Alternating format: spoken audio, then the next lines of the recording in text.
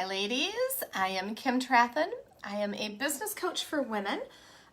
This is our next episode of Free Live Business Coaching, and I am just popping inside the group here, and I want to make sure that the live stream is showing and recording. I don't see it yet, so bear with me 1 minute here while I refresh. I want to make sure that this is showing live. Okay, there we are. Looks like we are live. Okay. Some of you may be popping on live as this goes. If you're catching the replay, welcome to everyone. I'm not sure if you're going to want to take notes on this one, so I would definitely listen, enjoy, absorb, think about it, and maybe have a pen and paper in case you would like to take notes. So if you're new to the group, if you're new to this community, my space here, I am Kim Trathen. I'm a business coach for women. And my goal is to help more women make more money so that you have the opportunity to do the things that you really want in life. I don't think any of my clients want to make more money just because they love money. They want more money because they love the things that they can do with the money, the charities, the support, the impact that they can make. So today, if you're new to the group, if you click on guides, you can catch the prior episodes of Free Live Business Coaching. You can also catch them out on my website, kimthebusinesscoach.com, and you'll see a link for free business coaching, and you'll have access to all the videos there. So today we are talking about something that can be considered a little bit taboo, especially in the coaching and consulting worlds. Okay, we're talking about when clients quit.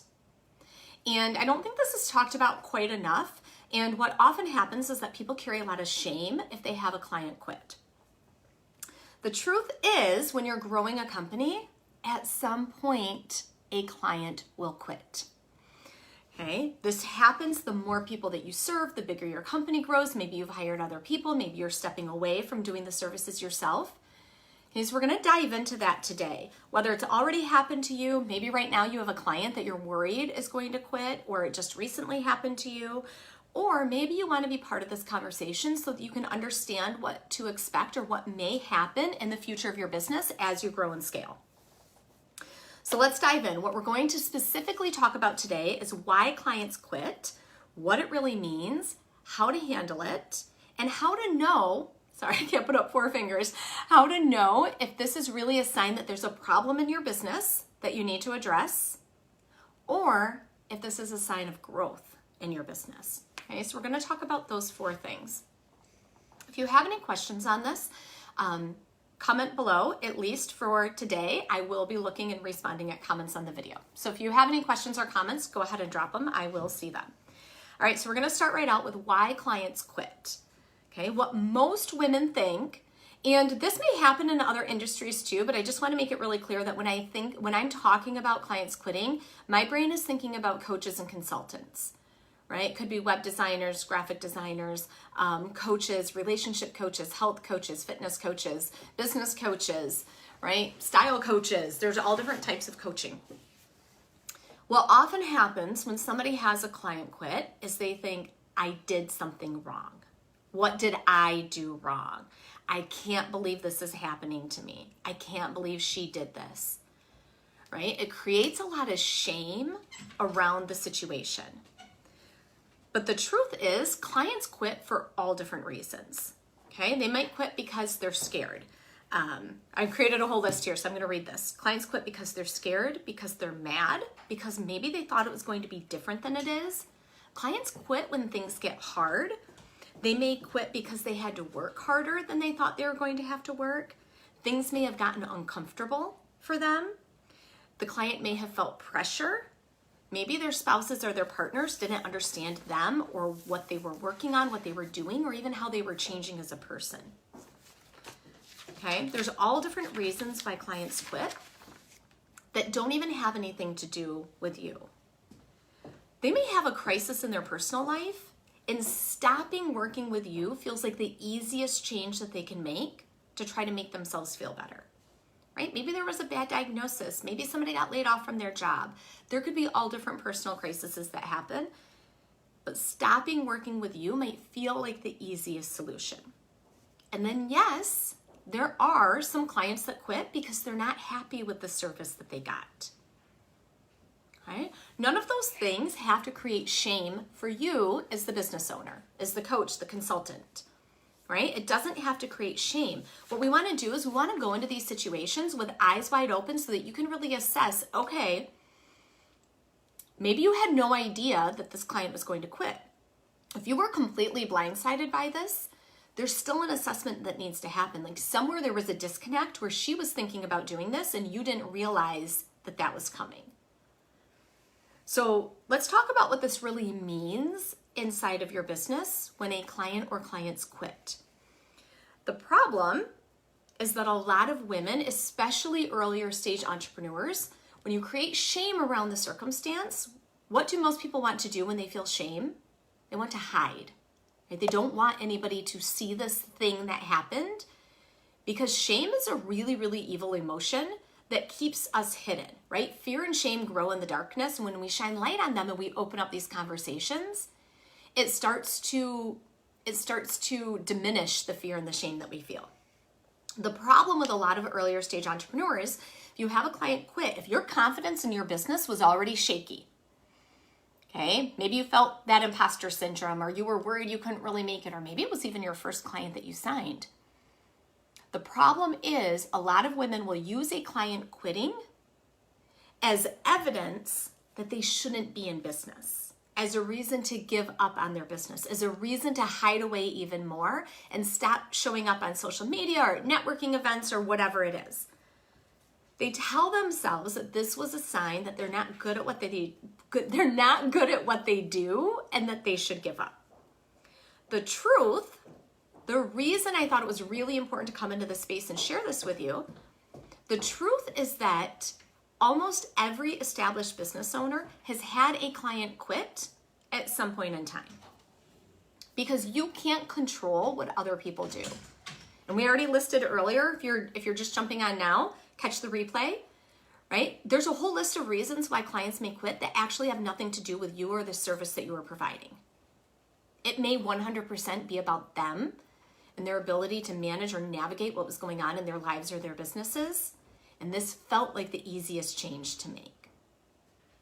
But it's important that you analyze that, right? And really think about what is the truth here, what are the facts, and what is shame telling me? Because fear and shame, again, they tell us some really mean things. It's also important, right? Like I said, established business owners, almost everybody has had a client quit at some point in time. A client quitting is not the death of your business. I'm going to say that again. A client quitting is not the death of your business. Your thoughts about it may lead to the death of your business, right? Like I said, the problem is a lot of women feel shame when this happens and tell themselves, oh, this means I shouldn't be in business. This means I didn't do a good job. This means she didn't like what I did, right? And then they stop showing up and clients stop coming and their business fizzles out. But the actual client quitting isn't what caused the business to fail. This does not have to be the death of your business. What it means for a lot of people, a lot of times, is that your business is growing to a new level, right? It doesn't even have to mean that it's grown to the level where you're no longer personally involved, but just the higher number of people that you serve, the more established that your business is and the more people that you have coming through the doors working with you, the higher percent chance you have of a client quitting. It's a pure numbers game, right? Math is super fun because it takes the emotion out of it. It's a pure numbers game the more people that you serve. With that said, so in one aspect, that's growth, right? Just pure growth of your business is the higher number, the more number of people that you're serving is growth in your business. Another level of growth happens when you start scaling and maybe you're starting to step back and you're no longer going to be the person coaching, or maybe you're flipping to some more passive income, or maybe you're going to go to a group model. Right? That's another layer of growth. Maybe you have pivoted in your business and your messaging has changed. And somebody says, I don't like this new you. That's not who I signed up to work with. I don't want to work with you anymore. Those things do happen. And it still doesn't have to be the death of your business. The truth is, as you grow and scale as a person too, right? Your business grows and you grow as a person. We're constantly investing in our brains and our businesses. But the more that you change, not everybody is going to come along with you on that ride. There may be people that say, I want out. And it's not a sign that you've chosen the wrong direction. It's just a sign that the person that you were or the business that you were running when they signed on with you has grown and changed and they're not ready for that, they're not coming along on the ride. Those are all signs that a client quitting is actually a sign of growth in your business, right? It can either be that you've just taken on a higher number of people, or it could be that the messaging, right? Something has changed foundationally in your business. Maybe you changed your business model from one-on-one to group, and then you lost some people. Okay, those things do happen, and it doesn't mean anything's gone wrong. It's like the natural, like growing pains, right? Most kids get growing pains as they're growing. It's just a growing pain in your business. Again, it's not the death of your business. So your choice is how to handle it, right? So I have 3 things here, 3 options of how to handle it when a client reaches out and says, like, I want to be done, I want to quit. I wrote these thinking of like a coaching program where they maybe had additional sessions that they could have done with you. This might look different in different industries. It might look different if they paid in full up front versus if they did a payment plan. Okay, so these are not hard and fast rules, but I just wanted to get your brain thinking and realizing that you do actually have options and choices of how to handle it when a client quits. And again, I say when, not if, because as your business scales, right? I don't know a single 7-figure entrepreneur that hasn't had somebody quit at some point in time. I'm not going to say they don't exist. I don't know any of them. Okay, so how are you going to handle it? Because you have a choice and you have a decision to make when this happens. Number 1, I would always say that if they are not paying in full up front, even if they are, I would say make sure that refunds are addressed in your contract, right? Just have all your legal bases covered. If you don't have a contract, get a contract. I recommend working with a business attorney. There are cheaper options that you can do. But make sure that it's addressed up front in the contract, because that is a legal binding agreement between the two of you, and you want to make sure that there's no just blatant misunderstandings or miscommunications. So make sure it's addressed in your contract, okay? Next, you can choose to refund them for the unused sessions or the work that hasn't been completed. Let's say you're a website designer and the site's half done and they're like, we want to end our contract. Right? You could choose to refund them regardless of how it's written in the contract. Meaning, if your contract says you're going to refund for unused services, I would always abide by that. But if your contract is written to say that you don't offer refunds, you could still choose to refund them for unused sessions or work that's not completed. Right? I would also say when you think about how you want to handle it, think about what you want your relationship to look like with them going forward. Do you want a relationship with them? Do you not want a relationship with them? Do you want them in your world? Right? Are you asking them for a testimonial and now they want to stop working with you? I would not recommend this. This could be unpacked into a whole session on its own. I would not recommend making this choice based on just whatever the most comfortable, socially acceptable thing to do is. If you actually things are ending on bad terms and this is not something that you want in your world, you can remove them from your spaces, right? You can take them off your email list. You can remove them from your Facebook group. You can unfriend them on Facebook. You can choose to do that.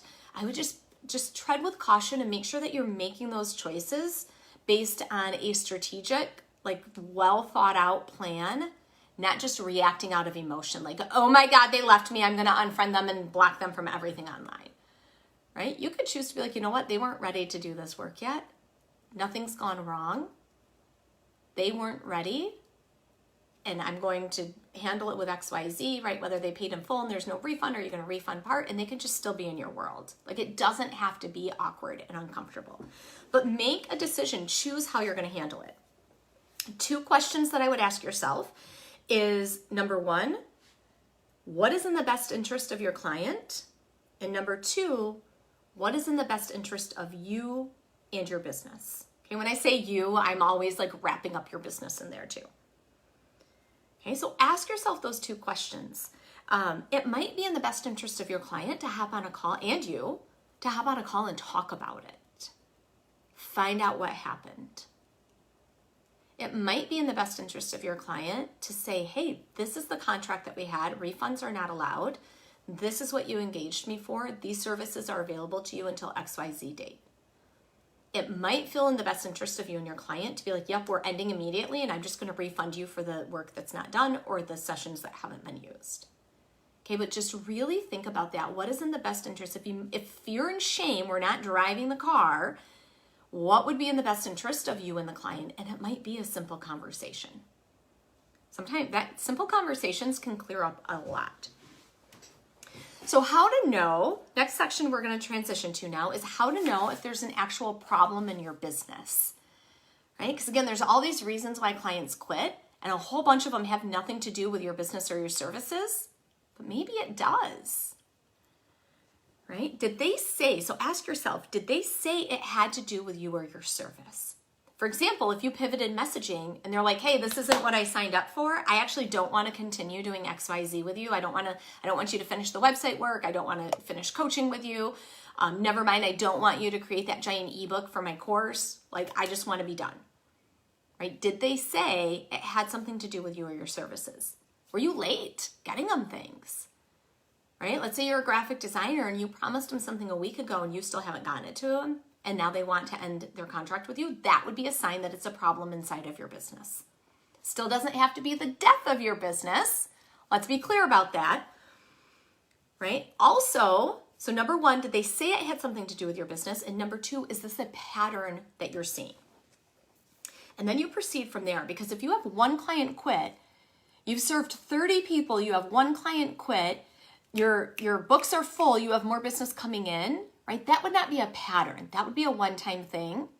Even if they weren't happy with the service, like really, really analyze it from like a neutral emotional state. If you were late getting them things, there's a problem in the business. If you were on time with everything and they were complaining it wasn't early, that's a problem with them and not you, right? So there's a bit of analyzing and assessing that goes on here. You want to make sure you're in a neutral emotional state when you do that, so that fear and shame don't dive in and start driving the car.